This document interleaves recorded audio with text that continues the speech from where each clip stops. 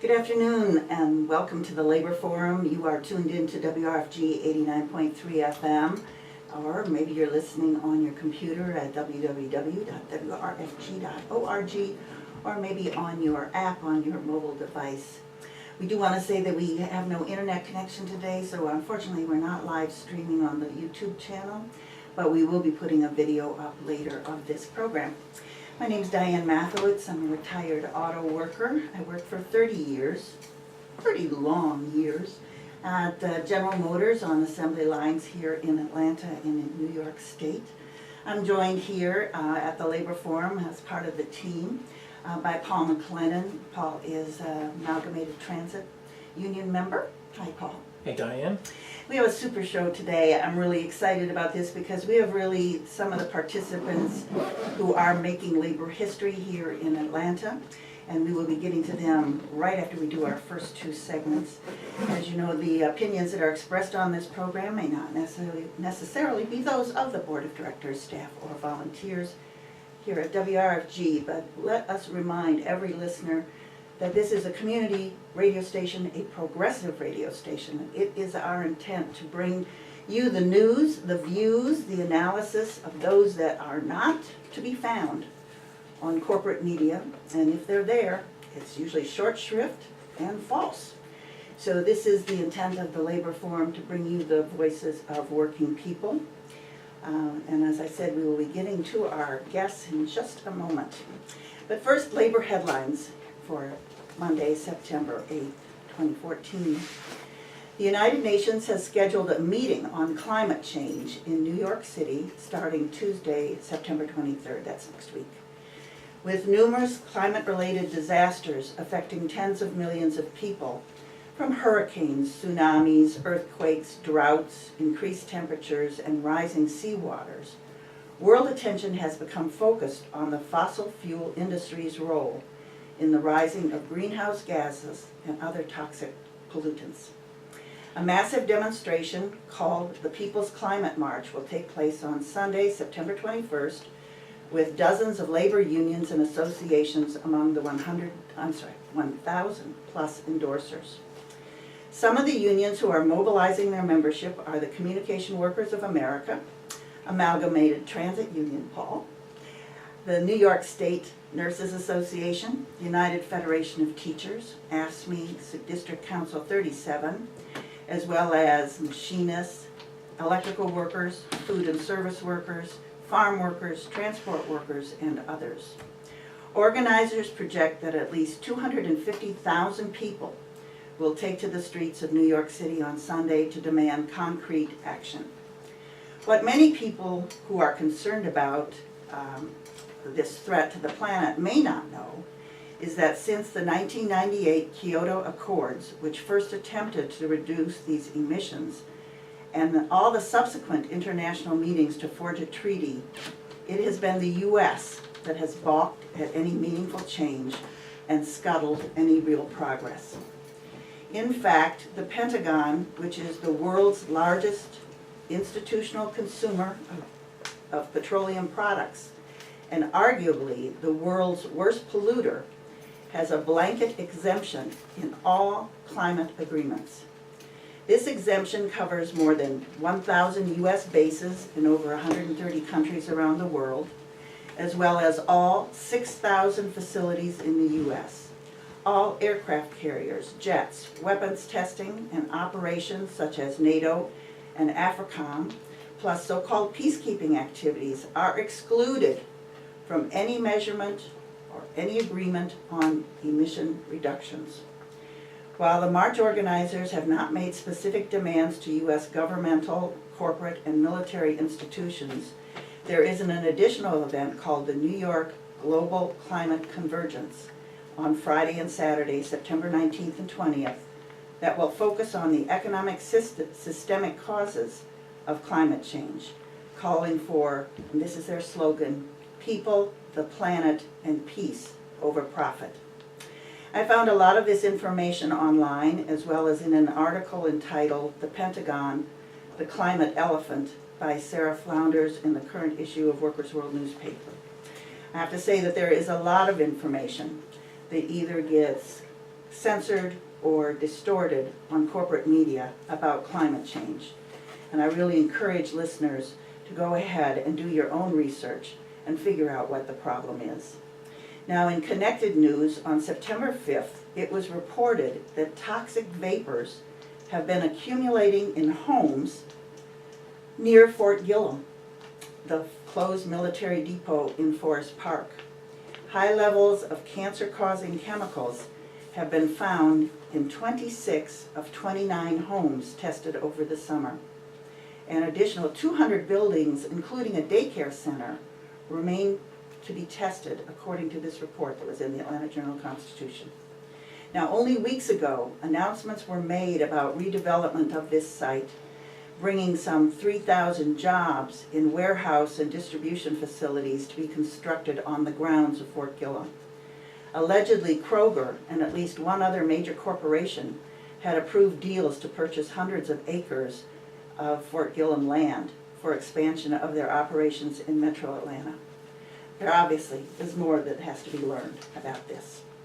And with that, that's labor headlines for today, and we'll go to Paul with This Week in Labor History. Okay, thank you, Diane. On September 13th in 1934, a strike in Woonsocket, Rhode Island, part of a national movement to fight for a minimum wage for textile workers, resulted in the deaths of 3 workers. Over 420,000 workers ultimately joined the strike throughout the month of September 1934. The textile workers' strike of 1934 was the largest strike in the labor history of the U.S. at that time and became one of the biggest industrial strikes in U.S. history. It involved workers from New England, the Mid-Atlantic, and Southern states. It lasted 22 days. The textile industry, once concentrated in New England, had started moving south in the 1880s. By 1933, Southern mills produced more than 70% of cotton and woolen textiles in more modern mills, drawing on the pool of mostly white dispossessed farmers and laborers. Like the rest of the Southern economy, the textile industry was strictly segregated and drew only from white workers in the Piedmont. Before 1965 and the Black Freedom Movement, less than 2% of textile workers were African American. Throughout the 1920s, the mills faced the problem of overproduction as the boom for cotton goods during World War I ended. Management's solution to the crisis was to squeeze more work out of their employees through what workers called the stretch out, speeding up production by increasing the number of looms assigned to each factory worker, limiting break times, paying workers by piece rates, and increasing the number of supervisors to keep workers from slowing down, talking, or leaving work. The Great Depression made matters worse. The economic collapse drove a number of northern manufacturers into bankruptcy, while those employers who survived laid off workers and increased the amount and pace of work for their employees even further. Because workers were organizing at this time and putting pressure on the government, many reforms were passed. This included the passage of the National Industrial Recovery Act, which President Roosevelt signed in June 1933, calling for cooperation among business, labor, and government, and established the National Recovery Administration. It was to oversee the creation of codes of conduct for particular industries that would reduce overproduction, raise wages, control hours of work, guarantee the rights of workers to form unions, and stimulate an economic recovery. The promise of the right to join a union had an electrifying effect on textile workers. The United Textile Workers, which had no more than 15,000 members in February 1933, grew to 250,000 members by June 1934, of whom roughly half were cotton mill workers. In what proved to be a dry run of the larger strike to follow, cotton mill workers in South Carolina struck to force employers to live up to the code, only to face special deputies, highway patrolmen, and a machine gun unit of the National Guard sent to keep the mills open. When the NIRA's special board came to investigate, it did not respond to the workers' complaints, but urged them to return to work. When they tried to do so, the mill owners not only refused to allow the workers back, but evicted them from company housing. The NIRA took no action to stop the employers from violating the codes.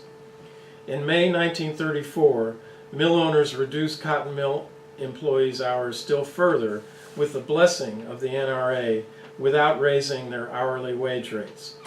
The union called a special convention in New York City on Monday, August 13, 1934, to address the crisis. The union drew up a list of demands for the industry as a whole: a 30-hour week, raising the minimum wage, elimination of the stretch-out, union recognition, and reinstatement of workers fired for their union activities. The delegates, especially those from the southern states, voted overwhelmingly to strike the cotton mills on September 1, 1934, if these demands were not met. The strike swept through southern cotton mills, outpacing the union organizers and employing flying squadrons which traveled by truck and on foot from mill to mill, calling the workers out. In Gastonia, North Carolina, where authorities had violently suppressed a strike led by the National Textile Workers Union in 1929, an estimated 5,000 people marched in the September 3rd Labor Day parade. Within a week, almost 400,000 textile workers nationwide had left their jobs and the textile industry was shut down. In Georgia, Governor Eugene Talmadge declared martial law in the third week of the strike and directed the National Guard to arrest all picketers throughout the state, holding them in a former World War I prisoner of war camp for trial by a military tribunal. This show of force effectively ended picketing throughout most of the state. On September 22nd, the union called off the job action and declared victory, saying that their efforts would bear fruit under a Textile Labor Relations Board the Roosevelt administration was to create. In reality, however, the strike was a defeat. The union had not forced the mill owners to recognize it or obtained any of its economic demands. Southern employers refused to reinstate many thousands of strikers. Today, textile manufacturers have largely moved production to overseas sweatshops, and the fight for justice for textile workers has gone global. Organizing the South is still a priority for the labor movement in this country, and this will continue to demand resources and systematic organizing efforts. Though the 1934 strike was unsuccessful, it demonstrated the potential for improving conditions of working people through strong union organization and militancy. Thanks, Paul. We always learn so much from Paul's research on labor history. So I'm so excited. We have two guests in the studio. We have Dominique. Hi. Hi. And we have Joshua Collins, Dominique Wyatt and Joshua Collins. Now, those of you who read the Atlanta Journal-Constitution and have your copies in front of you might actually see them in the pictures that accompanied the demonstration on Thursday, September 4th, when 10 local fast food workers participated in a direct action, civil disobedience direct action, to bring attention to their demands. And so we're really happy that the both of you are here.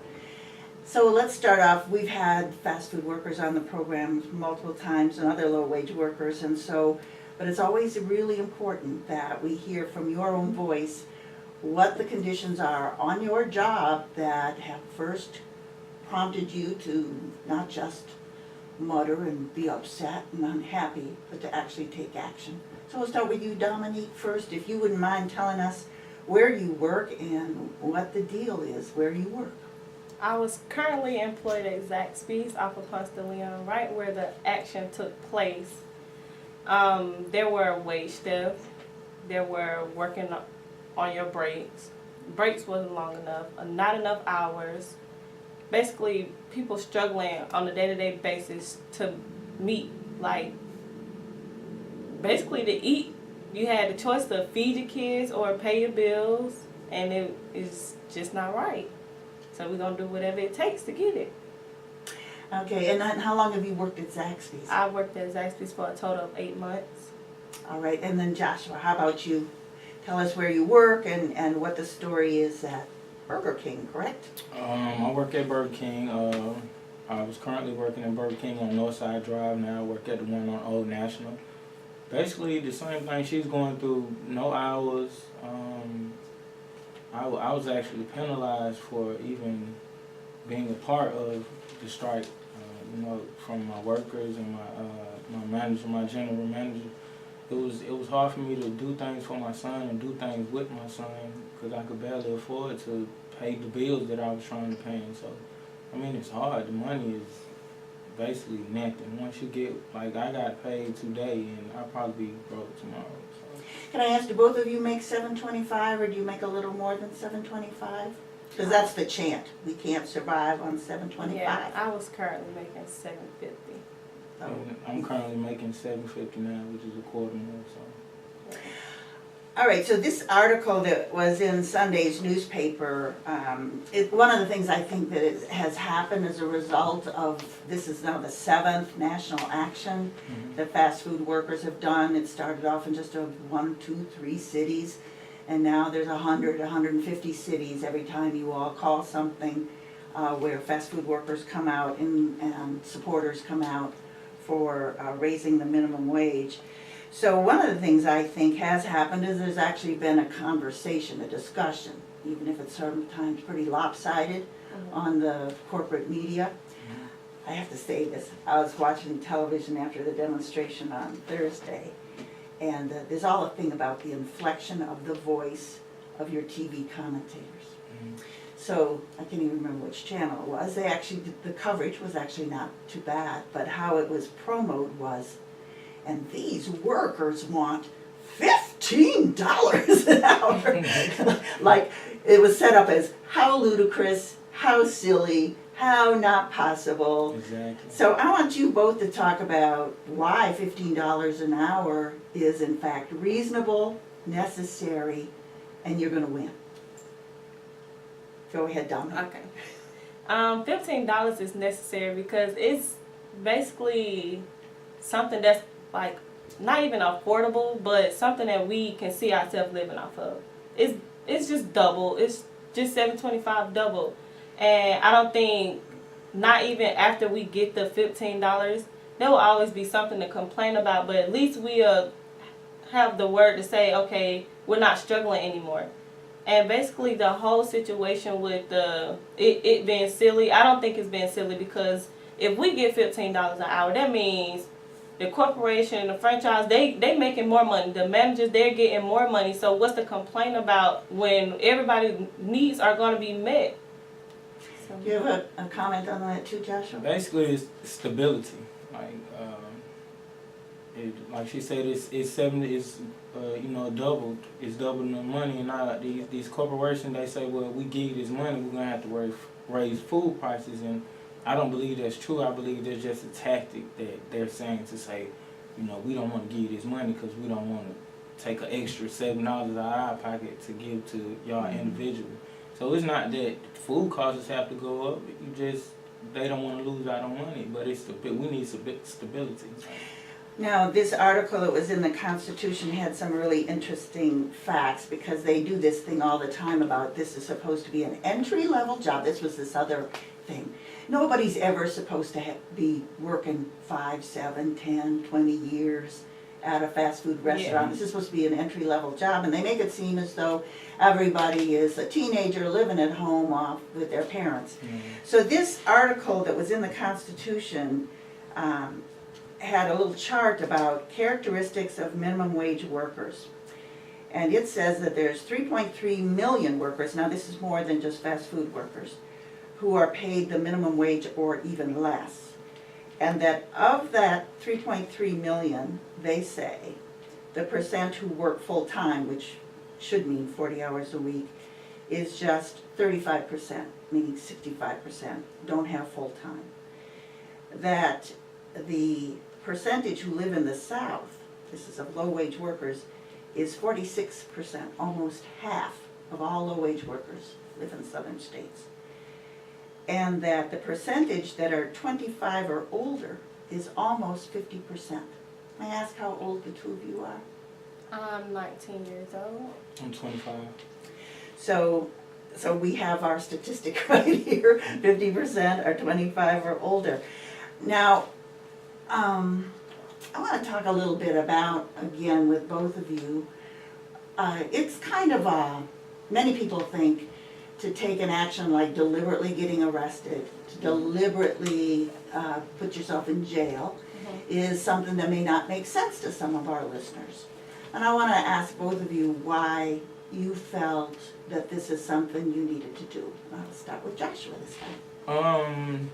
My kids, my future, basically my principal. Like, I love my two sons to death. So, you know, that's always the first. And for my future, because, you know, people just think, well, y'all not doing nothing. Y'all just want this job. It's not that, you know. I can't afford to go to school. I want to go to college for business. I can't afford it if you're not paying me enough. And, you know, based on my principle, like, I stand on what I believe in, and I'm a big person. If I believe in something, I'm going to ride with it. So. Dominique, to go to jail, there were, I thought, 4 women out of the 10? Yeah. So it's a scary thing. Jail is a is. scary thing. We all try not to go to jail. We don't want to be under the control of these guards. We don't know what the police are going to do. I should say to people, as the police came up to arrest you, you all did the solidarity with Ferguson. Hands up, don't shoot. Perhaps you could talk about that when you also talk about why you were willing to put yourself in this position. Well, I basically put myself in this predicament because I just lost my mom in January. So I think that'll be something that should be proud of, me standing up for what I believe. Like, I'm out here struggling for myself. I'm responsible for myself because Georgia state law, 18 years old, you're responsible for yourself. And me being 19 years old and don't have any parents, so I'm going to have to get out here and do what I have to do and get what I need for me to survive. But with the whole hands up, don't shoot, it's just, we want Ferguson to also know that not even just for us going on strike for fast food, we want them to know, like, okay, we're supporting y'all too, like, we got y'all back 100%. So, I mean, because if it was to happen in Atlanta, we would expect Ferguson to have our back, or any other city that also went on strike, they did the same thing. So it's not just, oh, the South just doing this just to do it, because St. Louis and the cities up north, they actually received their $15 an hour. Some of them got promoted to get $13.25. So I don't understand, like, if the North is doing it, why can't the South get it? Exactly. When everything started in the South. I had a question about what do you say to people that you work with about why they should get involved in this movement? Basically me, because I'm an upfront person. Like, you know, like I was stating that my general manager and a few of my workers were upset with me that, you know, when I protested, they locked me out. I had to walk around the building through drive-through. I had to do all these things to get their attention. And basically, they, you know, we all getting paid the same money. Like, why be mad at me because I'm trying to show or do something different or show you guys, look, we can go out here, we come together. You know, but some people just don't get the visual, and some people just don't have the heart or the ambition or the motivation to get in things such as this. Like, I was shocked at myself to see how far I came with it, because I come from such a wild background, you know, and for me today to be standing up here with my kids, like, it's simple. Just, you can visually see why you should join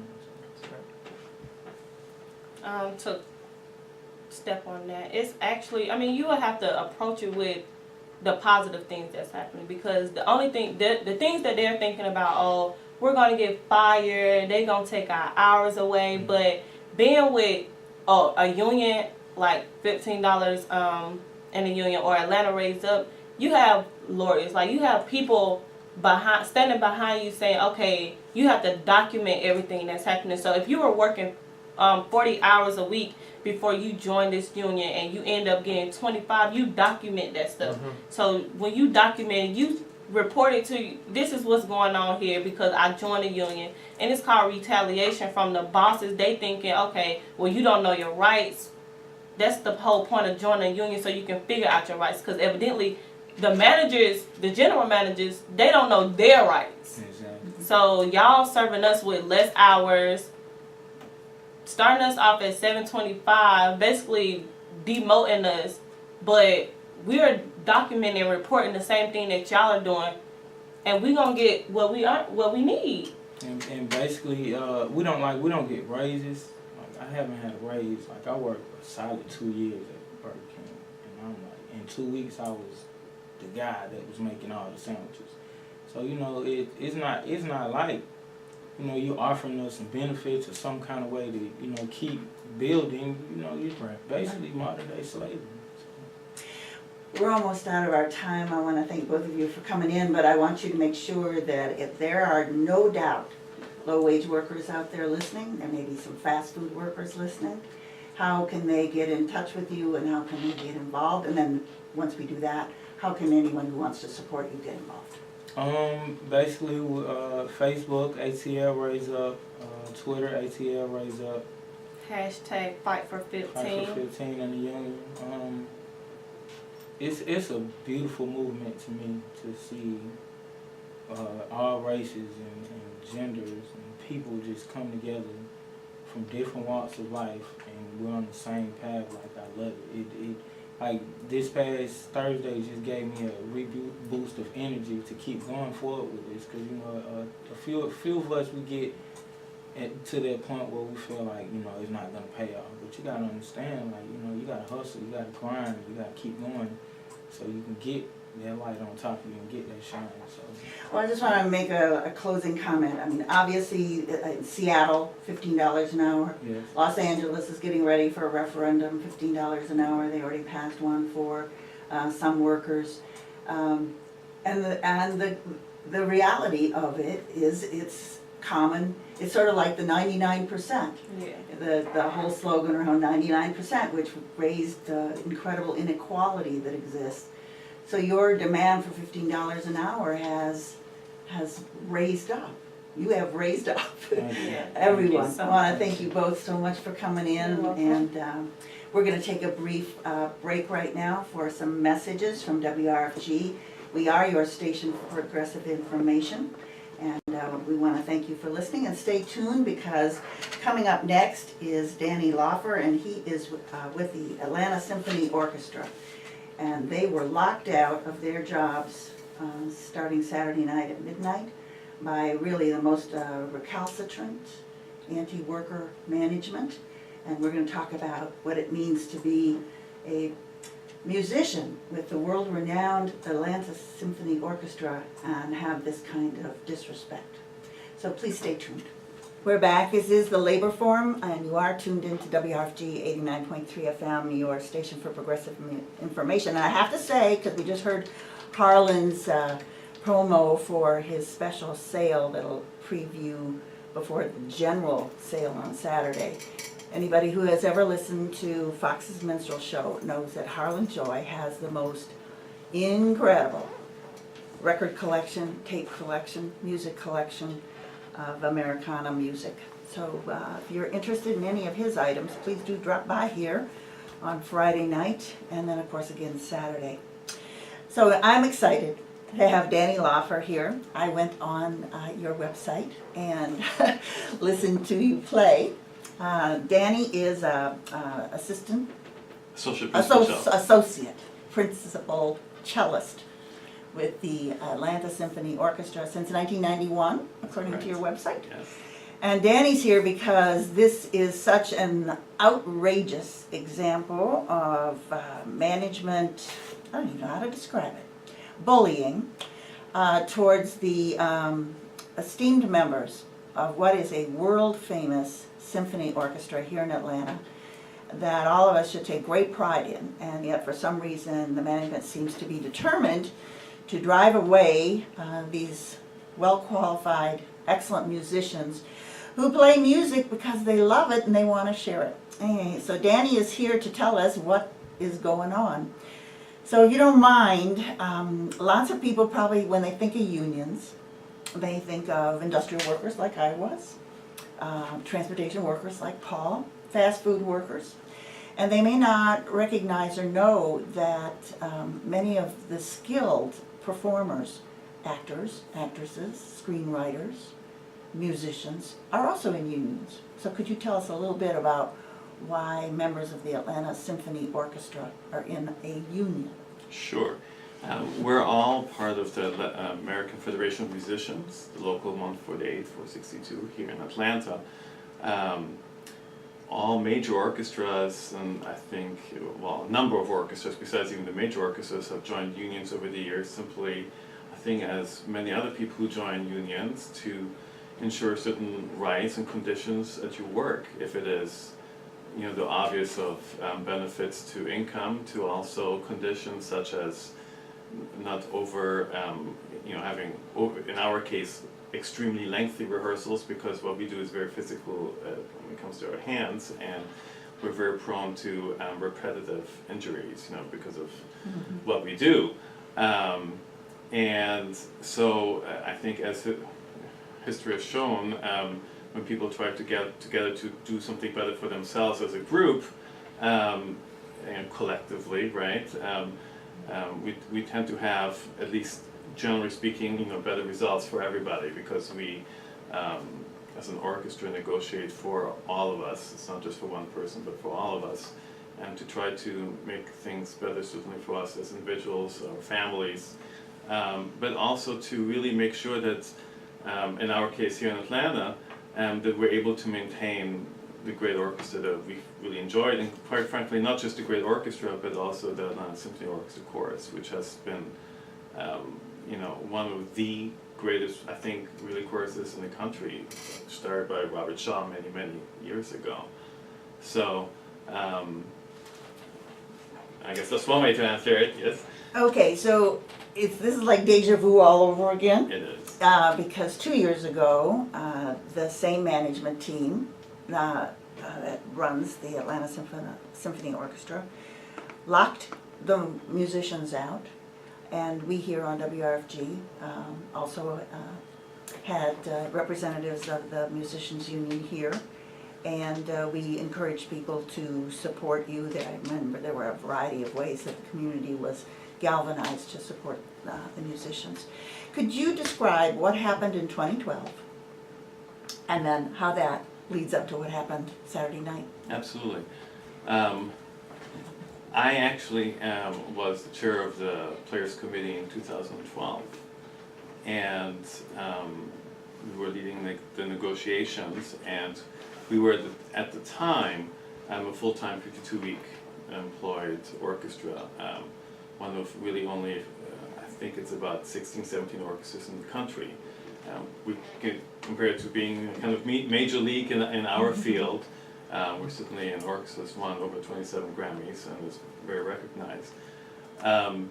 It is true that we were running deficits, and we certainly realized, you know, that was, you know, the case. There was something called the Great Recession. There was certainly the Great Recession, and we knew that we had to play our part.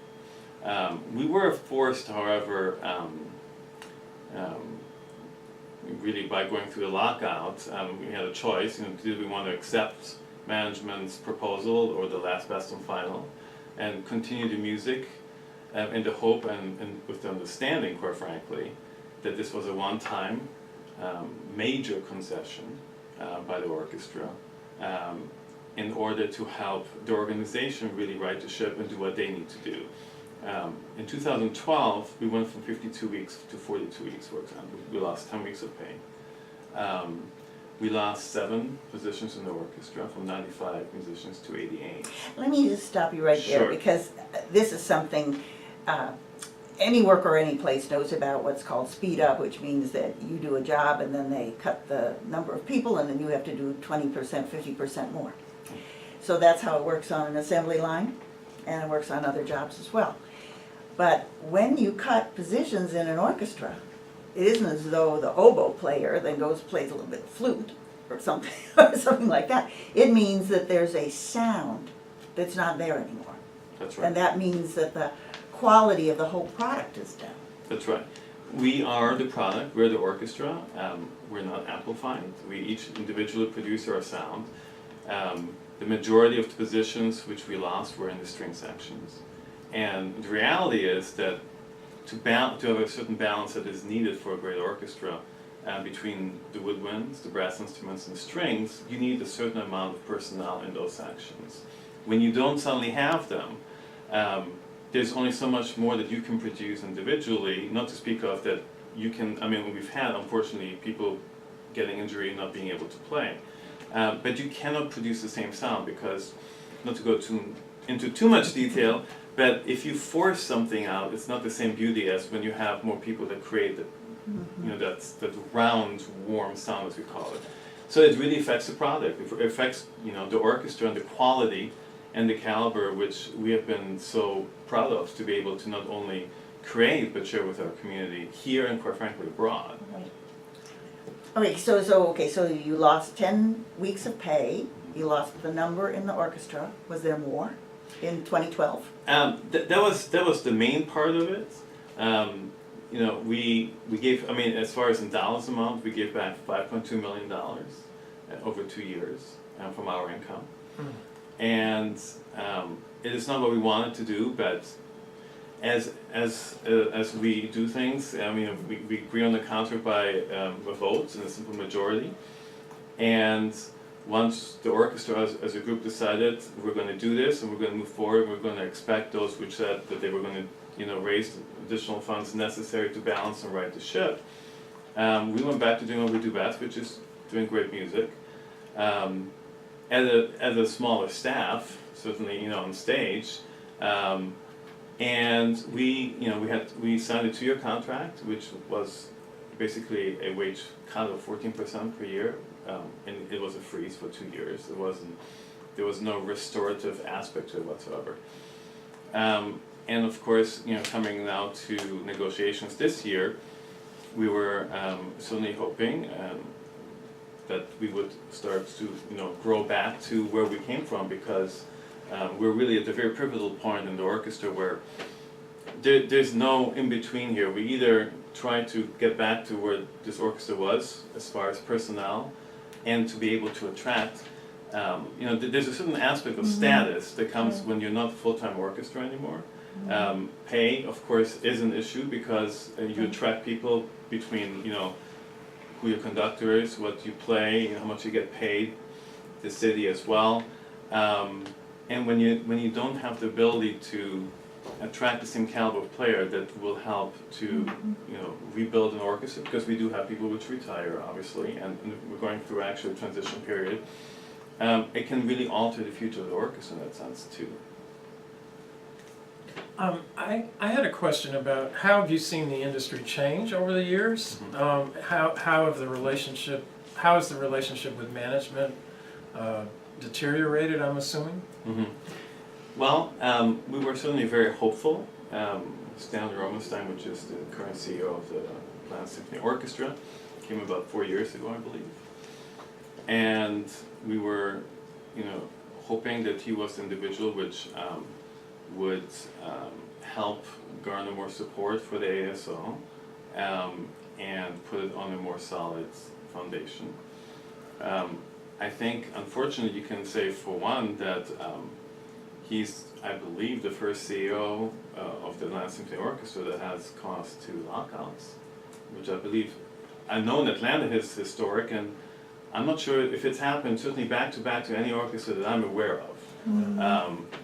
And that's not really, you know, a collaborative. No, and it's not a collaborative manner to try to solve problems and make your membership feel valued, understood, and understand what it actually takes to run an orchestra and what is needed to have for this kind of a quality orchestra that we do have.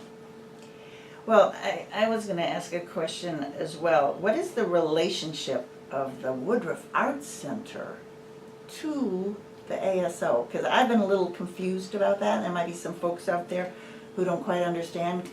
It is certainly true that, as we said, that there was a dip in the economy, certainly for workers, but the wealthy, who are often patrons of a symphony orchestra and an arts center, have in fact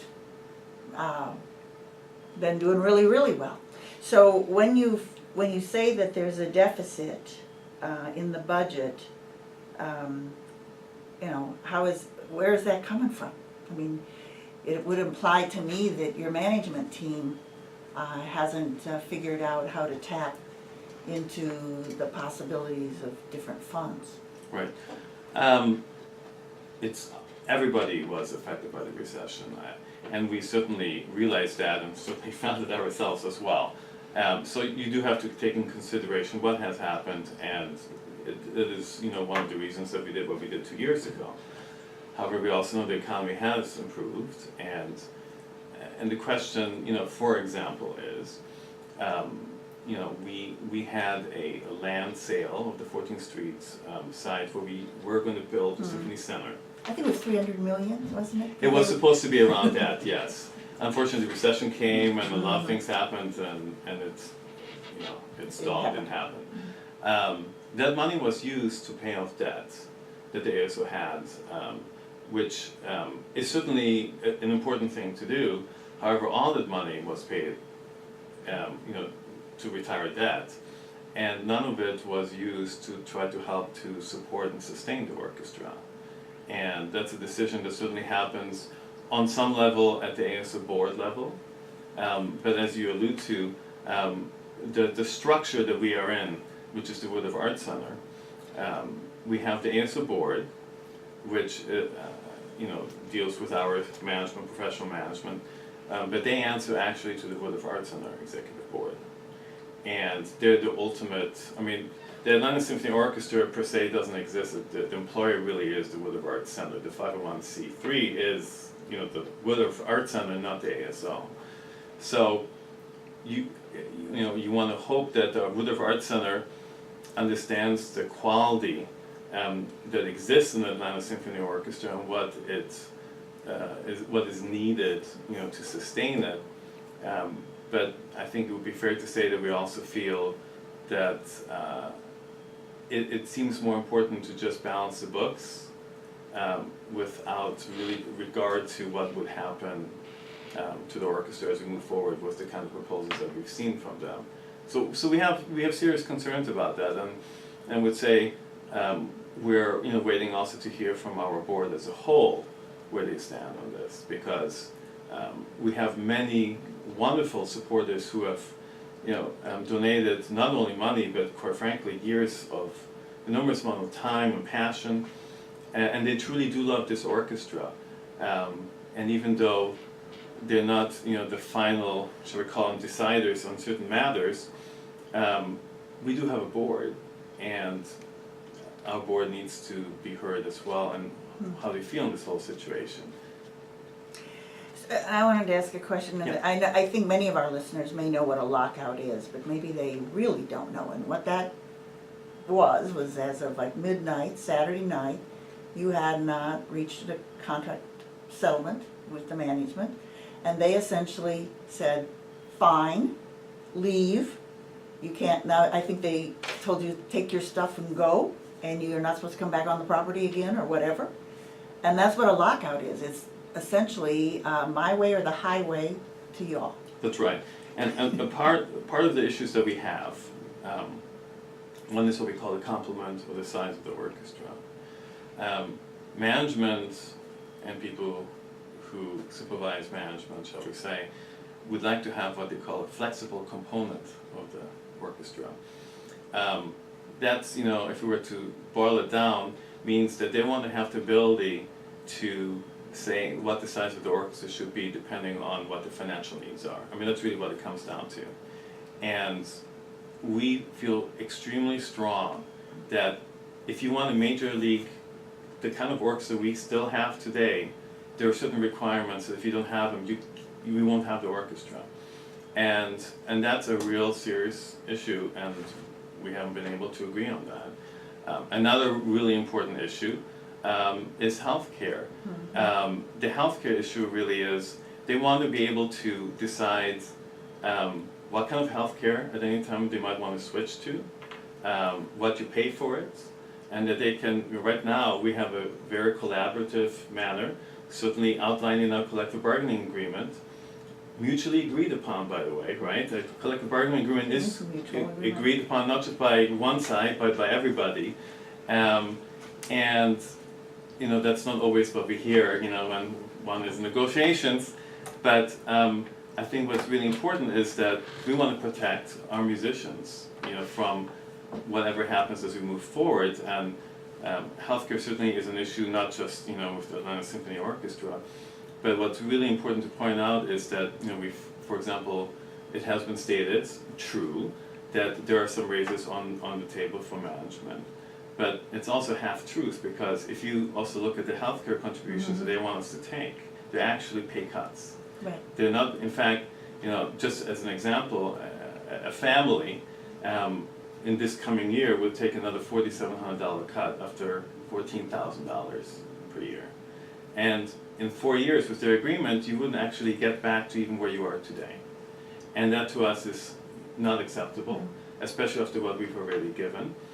And the question really is, for many of us, if you state that you want to maintain a world-class orchestra in Atlanta, the funding for it is necessary to be at a certain level, or you cannot have it anymore. So those are some of the very important issues. Oh, well, I have to say, okay, there's a couple of things going on here. We've had programs about the cost of the Falcon Stadium. We've had programs about the Brave Stadium, and other development where it seems to many of us that the priorities are just skewed. And I think there could be some folks out there that say, well, an orchestra is not as important as affordable housing, or an orchestra is not as important as healthcare, or some other things that many people in this city don't have, and that we should expend funds that way. I'd like you to do two things. I'd like you to talk about really the importance of culture, music, the arts to people's lives, and why there's this, I don't know, perhaps a sense that sports teams and sports stadiums and buildings in general are more important than the workers, the people who produce the things that really make all of our lives better. Well, I guess I would start with any stadium or symphony hall doesn't mean anything unless you have a quality team, for all cases really inside, right? And the Atlanta Symphony Orchestra is really tops. And I have to say, I've been here 23 years and I've been very proud to be a member of this orchestra. Any great city has culture, and a symphony orchestra is part of that, really, weave. And it's not just people coming to hear a concert, and if we talk about the concert, what we do on a nightly basis is never the same. I mean, we might even play the same program, but it's never the same, and it's live art, I would call it. And we're also not art that you can hang. Maybe let's say you hang 20 people on a wall, paintings, for example. There's a certain requirement to create that art. But each individual in the orchestra, and I'm sure in other art organizations, also have an impact on your community. We all teach, we all educate kids, obviously through music, but we all have been very involved with youth orchestras, outreach, and we've had for I think about 20 years, maybe more. I don't remember exact amount. A talent development program for African American and Latinos, which has been incredibly successful. And You play in the park. Yes, we play in schools. Yes, we used to play in the summer here, and unfortunately we've lost identity with our community in the summer because of the weeks which have been cut back, which we're also trying to work towards getting back as we move forward. But we do believe we have a positive impact on our community because we know the impact of music when a child, for example, studies an instrument. It doesn't mean that they go, and become a professional musician, but the discipline and the skills that you learn when you study, which is a lot of repetitiveness, these kind of skills can be so well reproduced in other areas, which makes you a better person. I don't care what you go into. And we are very passionate about what we do, and I think if the Atlanta Symphony Orchestra is not able to maintain itself at these levels and grow back to where we were, the reality is that we're going to have a difficulty attracting people, but we're also going to lose people because we have wonderful, incredibly talented musicians in this orchestra, and they want and need to be in an organization where they're valued not only by the employer but in the community, and want to make great music, and that's all at risk. So we just have a few minutes left of this interview, Danny. So I know that I went on the web and I saw that you were picketing in front of the Woodruff Arts Center today. So for our listeners who believe strongly in solidarity of all workers, that's the way we move forward, and that it's a truism, an injury to one is an injury to all. How is it that our listeners can help and support the musicians at the Atlanta Symphony Orchestra? Well, we're certainly picketing right now every day between 8:30 and 9, I believe 8 and 9:30 in the morning, and 11:30 and 1, and I believe 4:30 and 6 p.m. You can certainly go to our Facebook page, which is ATL Symphony Musicians, or we have a website which is www.atlsymphonymusicians.com. We will be sending more and more information out through those channels.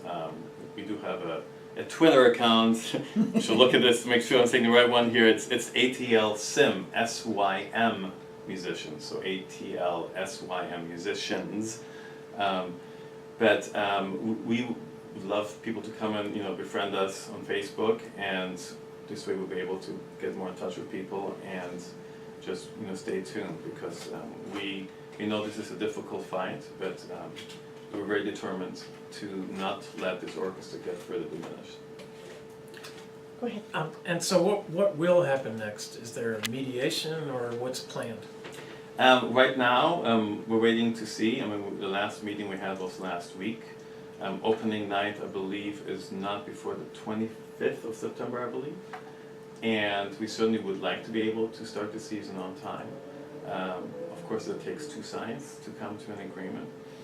And as far as mediation is concerned, we're never opposed to the idea. However, if you just add a mediator into a mix where you are not able to negotiate because they don't have the authority to do so, to really come to a deal, that's not really a solution either. So you need to have both sides willing to meet, where both sides can walk away and say, we've gotten something that we need, and in some things which a good deal usually is nobody's totally happy. So we're certainly willing to discuss with management. But at this point, we've also heard that their LBF, the last best and final, stands, and we certainly are not going to negotiate against ourselves. Thank you so much for coming on, Danny. And I know the last time this happened in 2012, the orchestra actually played in different community venues as a way to really get out to all the neighborhoods, to let them get a glimpse of what it was that will be lost if this management team continues to essentially pound you over the head with the deficit that apparently they didn't do much to fix. The deficit is not the musician's fault, and that has been proven now since we've had an example of 2 years. And it's also a fact that the musician's budget, we have never been over it. And I'm not talking for the last 2 years, but for many, many years. So listeners, please do lend your support as you can, both to the fast food workers who were on this program previously. They also will be needing solidarity from people, justice-minded people, and certainly to the Atlanta Symphony Orchestra musicians. We thank you all for listening, and we will be back again next Monday with another fabulous show with more stories and from workers who are struggling for justice, for decent wages, and not only that, really for the betterment of the entire community. I want to make it clear that unions raise up everybody, that when we all have what we need, society will certainly be a better place to be. So this is Diane Mathewitz saying goodbye for today. and Paul, who doesn't say goodbye, but he's shaking his head, and Danny, thank you. Thank you.